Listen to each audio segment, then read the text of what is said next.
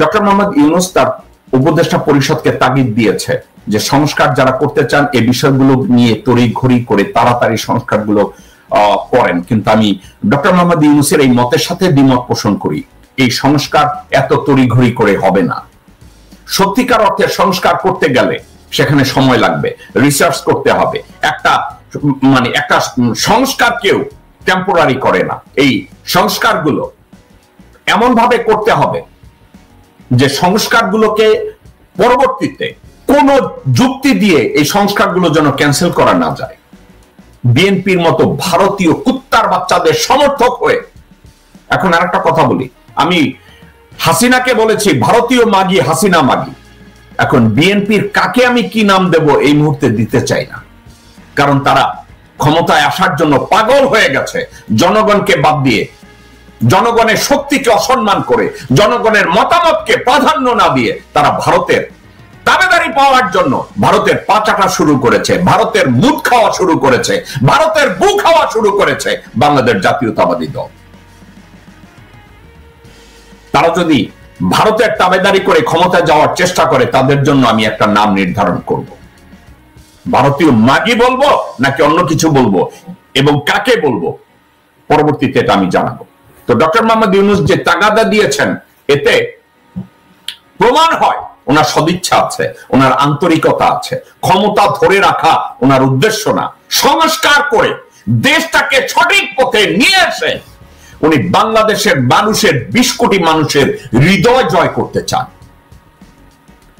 He wanted to become one of the legend. ওনার সৎ উদ্দেশ্য আছে, ওনার যোগ্যতা আছে, ওনার দূরদৃষ্টি আছে, ওনার সততা আছে। এর জন্য উনি বাংলাদেশকে রিফর্ম করতে চান।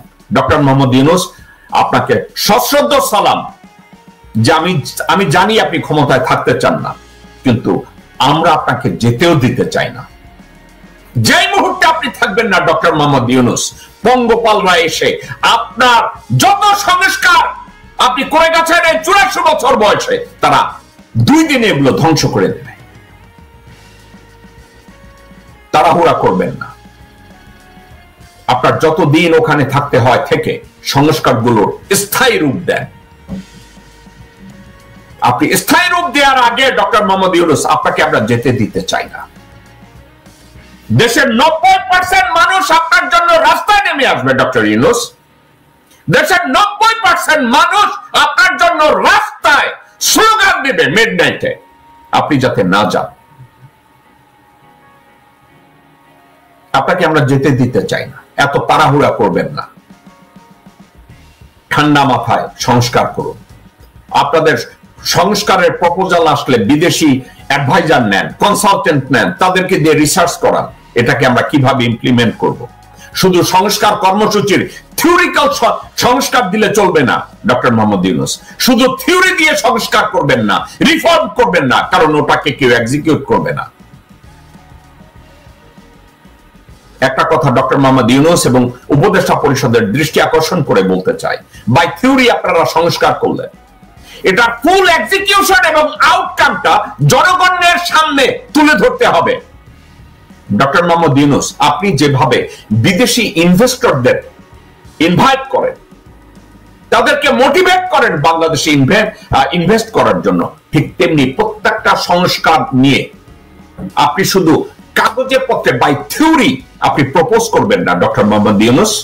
আমি চাই এই সংস্কারগুলো আপনার চোখের সামনে এক্সিকিউট হবে। এই এক্সিকিউটের পরে জনগণ জানবে ডক্টর মোহাম্মদ ইউনূস কোন সংস্কারের কথা বলছে, এর রেজাল্ট কি। আপনি ততক্ষণ পর্যন্ত আপনি থাকবেন ডক্টর মোহাম্মদ ইউনূস। আপনাকে থাকতে হবে। আপনাকে বাংলাদেশের জনগণ যেতে দেবে না। আপনি ওখানে থাকবেন। আপনি বাই থিওরি সংস্কারগুলো করবেন এবং এই সংস্কারগুলো আপনার সুপারভিশনে এক্সিকিউট হবে এবং এক্সিকিউট হওয়ার পরে বাংলাদেশের জনগণ দেখবে আপনার সংস্কারের রেজাল্ট কি। আমরা বাংলাদেশিরা নিরীহ মানুষ। আমি ওই চোর, ডাকাত, গুন্ডা, বদমাশ মির্জা, আব্বাস মির্জা, ফখরুল, আব্দুল আওয়াল কিন্তু তাবিত আউয়াল, সাদেক হোসেন খোকা, আমানুল্লাহ আমার এবং কুত্তার বাচ্চা সালাউদ্দিনের কথা বলছি না। আমরা বাংলাদেশিরা সহজ সরল মানুষ, আমরা বাংলাদেশিরা এত মার প্যাচ বুঝি না। আমরা বাংলাদেশিরা ভালো একটা জিনিসকে ওয়েলকাম করি, কিন্তু ওয়েলকামটা তখন করি যখন এটার আউটকামটা দেখি। আপনি বাই থিওরি সংস্কার করে গেলেন, এক্সিকিউশন হলো না। বাই থিওরি আপনি সংস্কার করে গেলেন, এর আউটকাম, এক্সিকিউশনের আউটকামটা কি এটা আমরা জানলাম না, তো আমরা এটা বুঝবো না।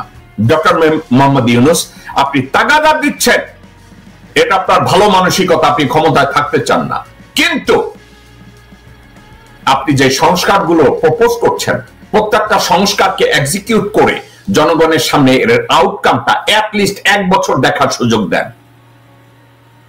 আপনি সংস্কারের বাই থিওরি এটা সংস্কার করবেন এবং এটা এক্সিকিউট করার পরে আপনি 1 বছর ক্ষমতায় থাকবেন জনগণকে দেখানোর জন্য সংস্কারের আউটকাম কোনটা।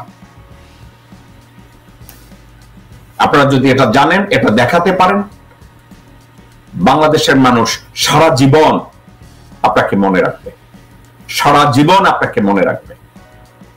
নবাব স্যার সলিমুল্লাহ, শের বাংলায় কে ফজলুল হক, আব্দুল হামিদ খান ভাসানী, শেখ মুজিবুর রহমান, জিয়াউর রহমানের পরে আপনার নামটা স্বর্ণাক্ষরে খোদিত হবে ডক্টর মোহাম্মদ ইউনূস। বাংলাদেশের স্থায়িত্বের প্রবক্তা ডক্টর মোহাম্মদ ইউনূস, আমি আপনার নামটা ওখানে দেখতে চাই।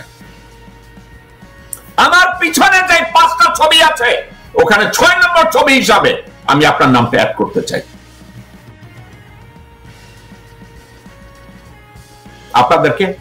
আপনাকে আমাদের দরকার।